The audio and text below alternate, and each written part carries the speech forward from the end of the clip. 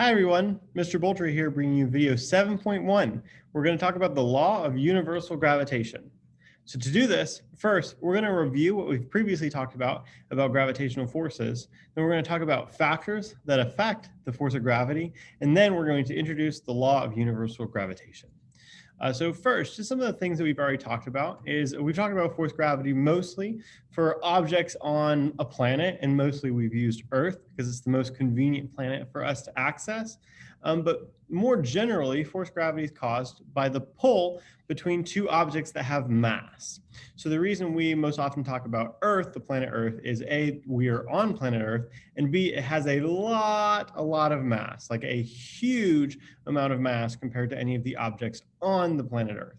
But technically, any two objects that have mass do have a gravitational pull between them. And we'll talk about that more in a minute. But the mass pulls things towards it. So the Earth is pulling us towards the center of the Earth. Some of my freshmen think that it's like the air column on top of your head pushing you down, but it's actually the mass pulling you towards the center of the Earth. But also at the same time, that means that your mass is pulling the Earth towards you. And according to Newton's third law, there's an interaction force pair, so those two poles are the same, which is wild to think about, but we can make sense of that using Newton's second law, that the force equals the mass times the acceleration. So first of all, the Earth has a lot of different forces acting on it, so that force by you is the least of its concerns. But let's pretend that all of those other forces didn't exist, and the force gravity by you on the Earth was the only thing pulling on the Earth. Well, the Earth has so much mass.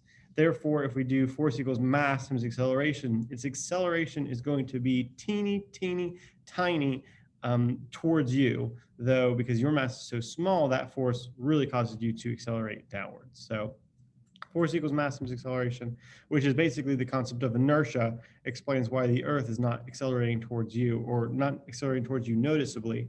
And then the fact that the Earth has other things to worry about explains why it's not accelerating towards you at all.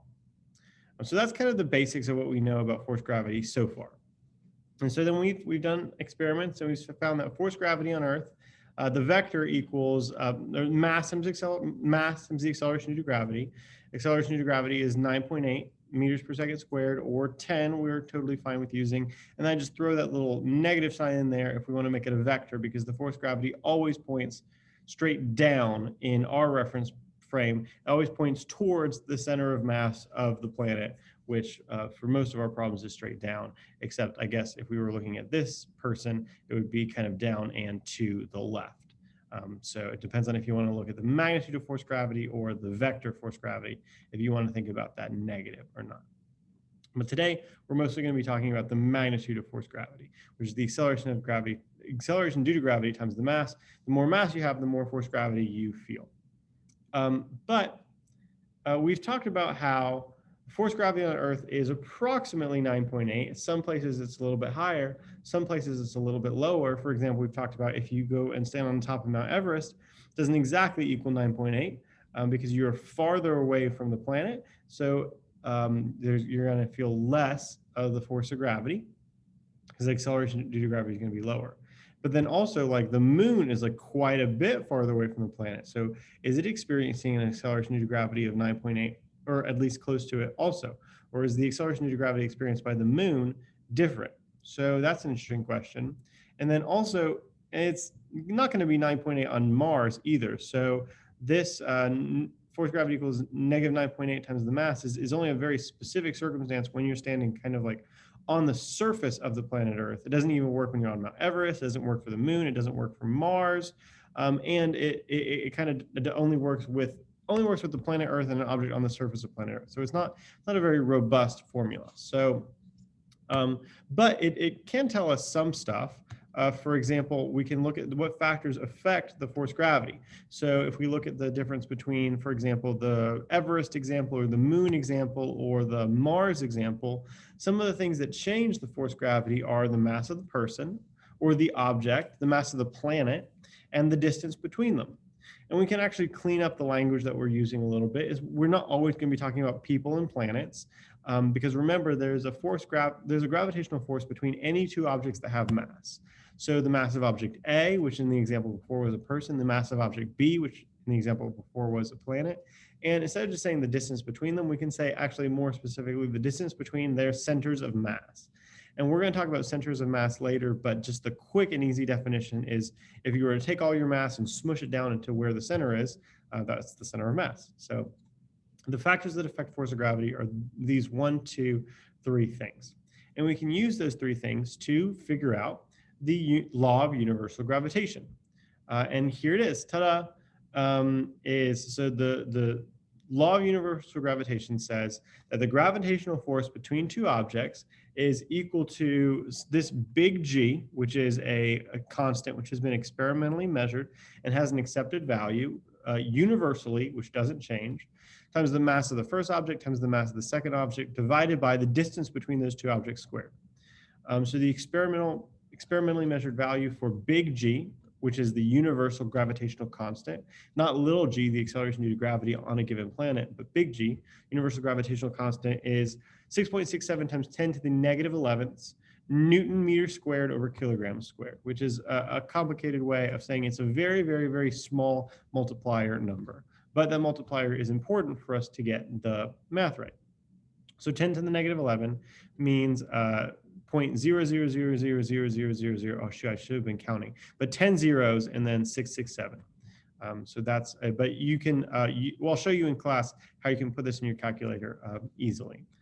And then M1, M2, or sometimes written as big M and little m, depending on if we're talking about the mass of a planet, sometimes we write that as big M, and then the mass of the object is little m. But M1, M2 is just sort of safer in the mass of the 2 objects. And then R is the distance between the center of masses of the 2 objects. Now be careful here, because R does not mean the radius.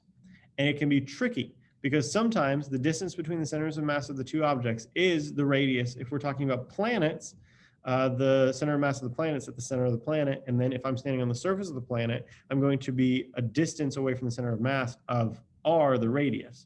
But it's not always R. And I'll do an example where R is not the radius in a second. But I just find this to be a little bit annoying, because it's like, oh, well, shoot, we have this force gravity equals negative the acceleration due to gravity times the mass.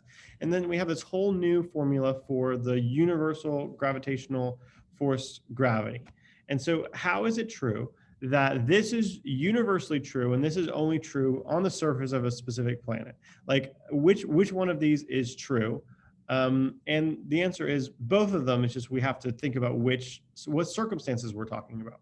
So this is true all the time, and this is true only on the surface of a given planet where we know the acceleration due to gravity. For example, let's do planet Earth.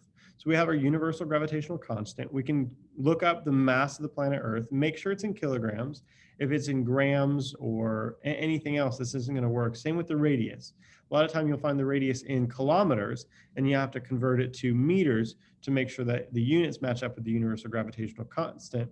And so then we can plug all this into the formula, our universal gravitational formula. And so specifically in the specific circumstance on the surface of the planet Earth, we're not talking about Mount Everest or anything, you get force gravity equals 9.81 times the mass. And then remember, this only gives me the magnitude, so we have to figure out the direction from there. But so 9.81 we've talked about is the acceleration due to gravity on the planet Earth. So actually by putting in some of the numbers, we can find the acceleration due to gravity. So our force gravity equals the acceleration due to gravity times the mass is a specific instance of the law of universal gravitation for an object with mass m on the planet Earth, given the information here. But let's look at how it changes if we're at the top of Mount Everest. So in the previous example, the R I used was the radius of the Earth, which again is confusing because R looks like it would be radius, and in this circumstance, I did use radius. But that was only because the object was a distance from the center of the planet of the radius of the planet. But if we're standing on the top of Mount Everest, then we're going to be a distance away from the center of mass of the radius plus the height of Mount Everest. So this little r, because r stands for the distance between the 2 centers of mass, is going to be these 2 numbers added together to give us the distance between these 2 centers of mass. And for that, we get force gravity equals 9.79 times the mass. So the farther you are away from the center of the Earth, the less force gravity you're going to feel. And so then we could do the same thing for the moon. And we could actually plug in for the mass of the moon and figure out the exact amount of force gravity between the Earth and the moon. Or we could do like the force of gravity between two objects in this room just to see how really, really, really, really, really small it is. And that's going to be an example that we're going to save for our next class together. But for now, this is Mr. Boltri wrapping up video 7.1, where we introduce the law of universal gravitation. Looking forward to solving some practice problems involving this new law with you. Let me know if you have any questions, but for now, go Bears.